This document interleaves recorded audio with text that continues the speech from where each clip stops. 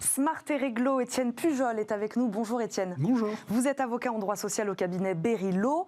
Focus aujourd'hui avec vous sur la période d'essai. On a tous été à un moment ou un autre dans le milieu professionnel à l'entame d'un contrat de travail, donc en période d'essai. On va faire ensemble, si vous le voulez bien, un petit tour d'horizon de toutes les questions qu'on se pose justement sur la période d'essai.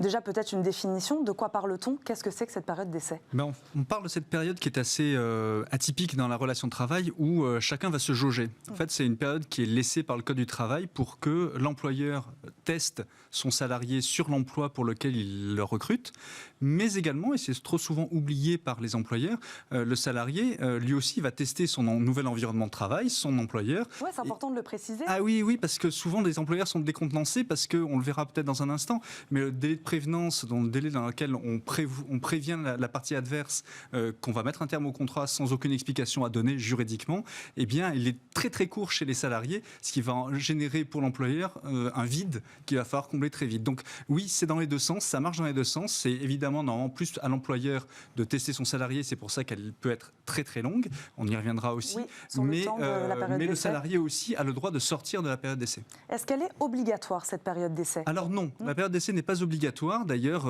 pour certains profils, on n'en prévoit pas. Quand on recrute un cadre dirigeant, il y a assez peu de périodes d'essai qui sont négociées, mais il n'est pas obligatoire d'en avoir dans le contrat de travail. Donc pour les boîtes ou les entreprises qui ont ou qui pratiquent la période d'essai, de quelle manière est-elle encadrée? Vous parliez tout à l'heure de la durée, voilà, elle peut être très courte, très longue, dites-nous. Oui, tout à fait. Alors la réglementation, elle émane à la fois du code du travail et de la convention collective et du contrat de travail. Donc il faut jongler avec les trois, il ne faut pas oublier, quand on rédige le contrat de travail, les deux autres. Donc la loi prévoit un encadrement d'une durée maximale en fonction du positionnement du salarié dans l'entreprise. Un ouvrier ou un employé, c'est 2 mois maximum. Un agent de maîtrise, c'est 3 mois maximum. Un cadre, c'est 4 mois maximum. Des conventions collectives peuvent prévoir des durées plus courtes ou des durées plus longues. Donc il faut voir aussi ce que prévoit la convention collective. Et puis le contrat, comme on le disait, il peut ne pas en prévoir ou prévoir des durées plus courtes. Il ne pourra pas prévoir en revanche de durée plus longue que ce qui est prévu dans le Code du travail ou dans la convention collective. Donc prévoir de durée plus longue, est-ce qu'elle peut être prolongée cette période d'essai? C'est une très bonne question parce qu'effectivement, on voit des périodes initiales donc de 2, 3 ou 4 mois, mais la période d'essai peut être renouvelée. On appelle ça un renouvellement. Elle peut être renouvelée qu'une fois, mais elle peut être renouvelée d'une période équivalente à la première période. C'est pas hyper bon signe, ça, pour le salarié ici, un renouvellement de période d'essai? Alors, c'est une pratique de marché, donc il ne faut pas que le salarié le voit forcément comme un mauvais signe. Effectivement, il préférera être confirmé le plus rapidement possible, mais il ne faut pas qu'il prenne mal le fait que la période d'essai va être renouvelée par l'employeur. Mais l'initiative du renouvellement, elle peut aussi être faite par le salarié. Il est arrivé, j'ai eu des clients qui m'ont dit « mais je ne comprends pas, moi je voulais le confirmer, mais lui a demandé à avoir quand même une phase de test complémentaire. Qu'est-ce que ça signifie ?»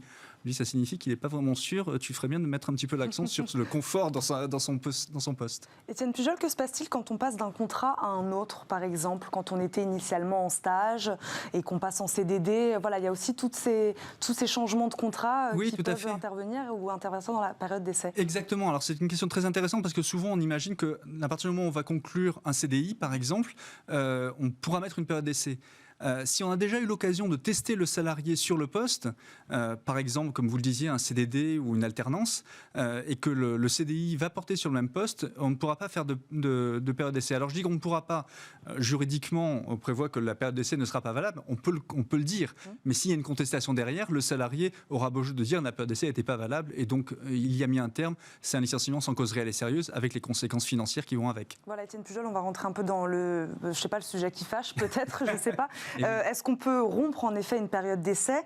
Pourquoi? Sans motif, sans préavis? Expliquez-nous les conditions d'une rupture, déjà si c'est possible, et les conditions. Oui, alors c'est effectivement le point sensible de la période d'essai. On est là pour tester et si ça ne marche pas dans les deux sens, eh bien on peut y mettre un terme. On peut mettre un terme au contrat de travail. Et quand c'est du côté de l'employeur, on va pouvoir y mettre un terme sans mettre en place la procédure de licenciement. C'est-à-dire qu'on a juste à informer le salarié de ce que, désolé, l'essai n'a pas été concluant différemment, et donc on ne va pas se poursuivre l'aventure ensemble.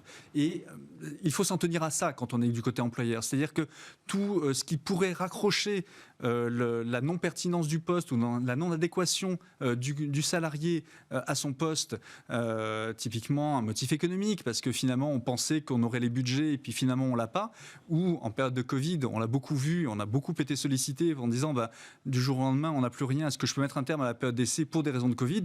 Non. Non, c'est vraiment l'adéquation du salarié au poste qu'il faut traiter, et donc il faut s'en tenir à ça. Et au-delà de la simple information, il y a aussi ce qu'on appelle un délai de prévenance. C'est-à-dire que... Une notion de préavis. Voilà, c'est une sorte de préavis, on ne l'appelle pas de la même manière parce qu'il est beaucoup plus court, et puis surtout parce que le délai de prévenance, il croît en fonction de la durée d'ancienneté du salarié sur son poste, mais il est possible, si l'employeur se réalise la veille de la fin de la période d'essai qu'il ne veut pas poursuivre, eh bien, il aura quand même à respecter un délai de prévenance. Alors, non pas en faisant travailler le salarié au-delà de la fin de la période d'essai, sinon, beaucoup d'employeurs se font piéger à cause de ça, sinon le contrat a basculé dans un CDI de plein exercice, et donc c'est un licenciement sans cause réelle et sérieuse, mais en payant l'équivalent du délai de prévenance sous forme indemnitaire aux salariés. Vous en parliez tout à l'heure, Étienne Pujol, vous me disiez que les entreprises avaient fait appel à vous pendant cette crise. Est-ce que les cabinets d'avocats, de manière générale, sont confrontés à de nombreux litiges sur cette question de la période d'essai, dans les faits, dans les chiffres? Alors, il y a de nombreux litiges, mais il y a aussi beaucoup de points d'interrogation. Typiquement, ce week-end, et c'est pour ça que ce sujet m'a semblé intéressant, ce week-end, un employeur me disait, mais j'ai un salarié qui veut partir en période d'essai, et comment je fais? Comment je gère? Et c'est vrai que la réponse peut aller en disant dans 48 heures, il n'est plus là. Parce que des prévenances pour un salarié, c'est 48 heures.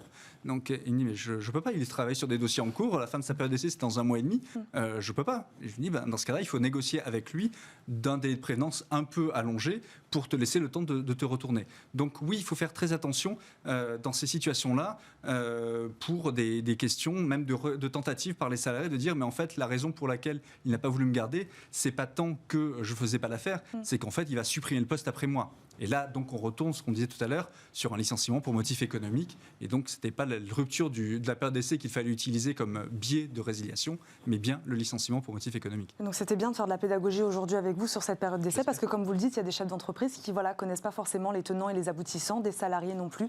Donc, merci d'avoir fait ce tour d'horizon aujourd'hui avec nous, Étienne Pujol. Je le rappelle, vous êtes avocat en droit social au cabinet Barilo. Merci beaucoup. Comme chaque jour, c'est l'heure maintenant de notre pause café. On va parler métier passion. Qu'est-ce que c'est? Job de rêve? Quels sont les pièges à éviter? Fanny Griesmer s'est penchée sur la question. On la retrouve tout de suite dans la pause café.